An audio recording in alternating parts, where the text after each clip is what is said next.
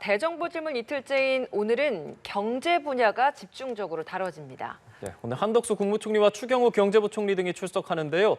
취재기자 연결해서 자세한 내용 들어보겠습니다. 구하림 기자.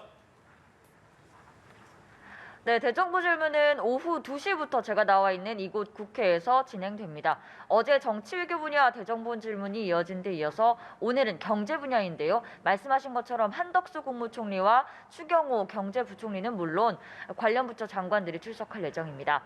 연일 치솟는 물가와 금리, 경기 침체까지 이어지면서 민생 경제 위기에 놓인 상황인데요.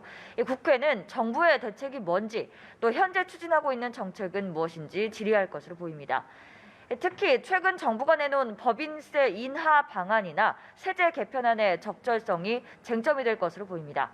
또 코로나19 방역 조치로 피해를 입은 소상공인 지원 문제와 가계부채 문제도 주요 주제로 꼽히고 있습니다. 어제 대정부 질문에서는 장관과 야당 의원 간의 설전이 빚어지기도 했는데요.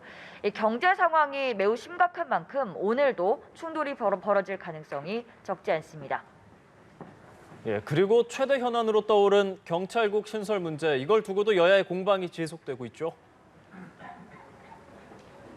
네, 그렇습니다. 우선 국민의힘은 앞서 전국 경찰서장 회의가 열린 데 이어서 오는 30일 이번 주말에도 간부급 회의가 열리는 사실을 집중적으로 비판했습니다. 국민의힘 권성동 대표 직무대행은 오늘 아침 회의에서 경찰은 총을 쥔 공권력이라며 어떠한 집단 항명도 절대 용납할 수 없다고 말했습니다. 또 민주당이 경찰 장악을 멈추라면서 오늘 용산 대통령실 앞에서 기자회견을 열었는데요. 이를 두고 무책임한 선동 정치라고 했습니다. 민주당이 지난 정부에서는 경찰을 장악하려 하더니 야당이 되자마자 안면 몰수하고 있다고 주장했습니다.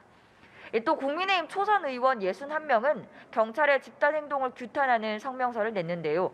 국민의 생명과 안전을 지켜야 할 경찰이 치안 공백을 자초했다고 비판했습니다.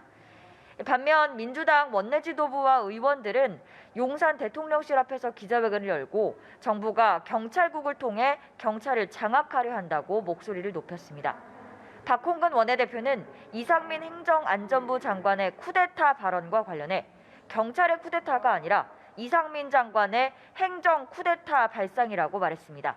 또 정부와 대통령실이 본인들이 모든 것을 결정하겠다는 오만과 독선을 보여주고 있다며 대통령실에 항의 서한을 전달하기도 했습니다.